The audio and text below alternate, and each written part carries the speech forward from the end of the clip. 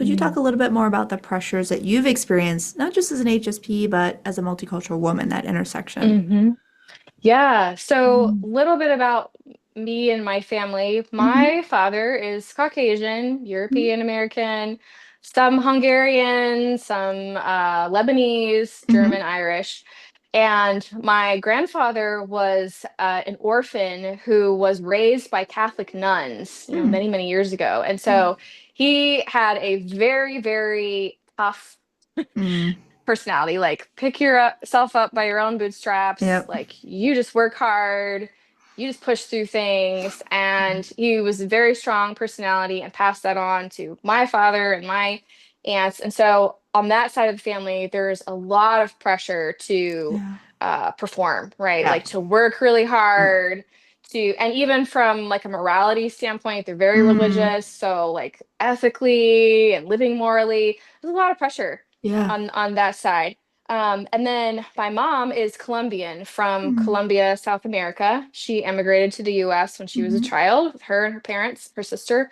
And Latin culture is so different Yeah.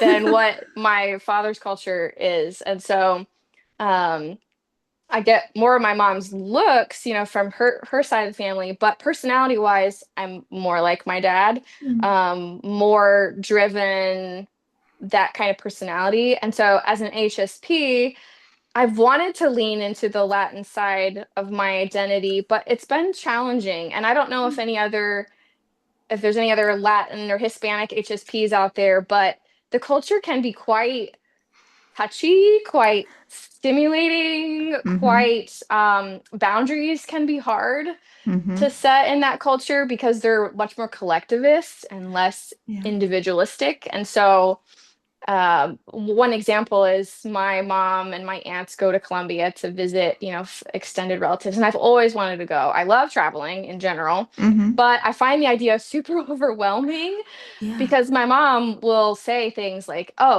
when we go, like, we got to sleep wherever they put us, and we got to eat Oh, whatever they yeah. give you, and we're usually up till like 2 in the morning talking."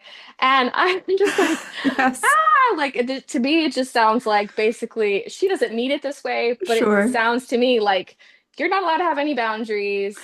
You're not allowed to Right. say no because you'll offend them. And Mm. so I think it's been challenging as an HSP to be Yeah. in Hispanic culture Yeah. where I feel like I need to say no. And it's often Yeah. interpreted as, well, what's wrong? You don't like us? You don't want to be with Right. us? Right. And it's nothing to do with that. It's that it's too much. I can't stay up till 2 a.m. Like, I Right. just can't I can't function the next day if I do that, right? Right. So I think that has been hard to find what that looks Mhm. like for me. Mhm. For sure. And first off, coming from kind of two opposing cultures or different cultures, Hmm. or Yeah. just kind of different energy and expectations, and yeah, to have to not know where you're sleeping, to always have to go with the flow, to not know what you're eating, to stay up super Yes. late. I could see that could be super dysregulating for an HSP. Hmm. And you're not the first HSP I've heard this from who's part of that culture. Okay. Um, yeah, definitely some overlap there. It's like, how do I regulate myself? How do I maintain those connections and not Yeah. offend anyone or hurt anyone's feelings? Because Yes. it's not personal. It's more just about trying to keep your balance. Yes. Yes. Mhm. Yeah. So I think that can be hard, but there's joy in it too. I mean, Right. obviously, I love Hmm. I love my cultures. I Yep. love I love being multicultural because I think it Hmm. just offers me so much perspective into other people's Yeah. world. And I've traveled a lot. I've been to 17 countries, foreign Oh, countries. amazing. And I've spent, significant amount of time in other cultures, Yeah. and I love it, but I do find like I have to take care of myself. I have Sure. to um somehow work with the pressures of Hmm. respecting culture and also respecting myself and my own needs, and that's Yeah. challenging. Yeah, it sounds hard to find, to try to balance the two. I'm curious, before we move on, I'm wondering, like, what are some of the joys of being part of that culture that you find are Yeah. supportive for you as an HSP? Yes. So for Latin culture, I mean the food, Mm. the sensory food things. I Yes. love food from different cultures, and Hmm. Latin food is so good. Like I think about my grandma's food and just going to her house and like smelling the Yes. chicken boiling on Hmm. the stove there. Yeah.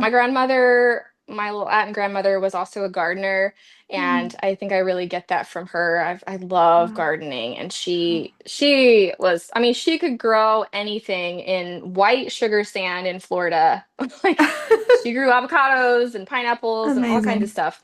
Um, so I think like they also are slower too. It's Yeah. interesting, like Hmm. they can be overstimulating in the amount of people and the noise and like what's going Hmm. on, but they're slower in terms of pace, Yes. right? Like we have time to eat. We may not eat Yeah. till 10 p.m., but we've got Hmm. time, right? Like Yes. we can slow down, we can Mm. enjoy deep conversation. Yeah, there's not this. Whereas I think on my dad's side, there's much more of this push of like, we got to get to the next thing. We got to Yeah. be productive. We got to keep going. Right. And there's a lot of stress that comes with that side of it, Hmm. even though that's very much my natural bent. Right. Um, I need the slow, Yeah. more Hispanic side. I need the side that says people are Mm. just as important, if not more important, than task, than Mm. things that we need to get done. I love that. And I tend to be more of a task person naturally, but I want to be, and I appreciate the cultures that are more people focused because I think Yeah. really that's more important. Hmm. They both have benefits, but yeah. So I don't know if that answers your No, question, I but love that. It's like helping me just feel into the, I don't know, the savor is the word that came up for me. Not yes, just the food, but the time with people and the yes, space that you have together. And I can see how yeah. that's a nice counterbalance. Hmm. Where it's like, oh, let's slow it down. Let's enjoy each other. Let's enjoy this Yes. meal. And in some ways it's sensory overstimulating, but in other ways it's maybe sensory nourishing. Yes, that's right. Yeah, Hmm. I love the that you're finding Yeah, both and in that. Latin cultures tend to be a little bit more touchy too. Uh-huh. And so again, that can be overstimulating in some ways, like ah, but Uh-huh. also can be nourishing and Mm. comforting and soothing as well. Hmm.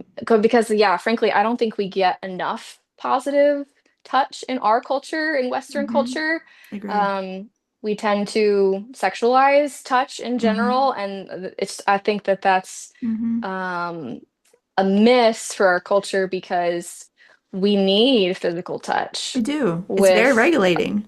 our partners, with our friends, with Hmm. children, with pets, with Yep.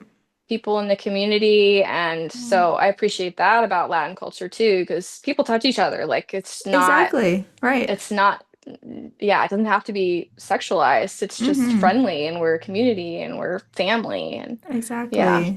Right. It's a moment of connection, of safety, that's potentially, right. of, Yeah, right. especially for us sensitive people, it can be really soothing to our nervous Hmm. systems. And to Yes. have that normalized, I imagine, is really helpful. Yeah. Yeah. Mm. Yeah. And again, if you can develop self-awareness and have the self-care to know, Hmm. okay, what do I need in Yeah. this moment? And it might be I need a break. I might need to step away. I might Yeah. need some time to myself. For That's I think sure. where the key lies.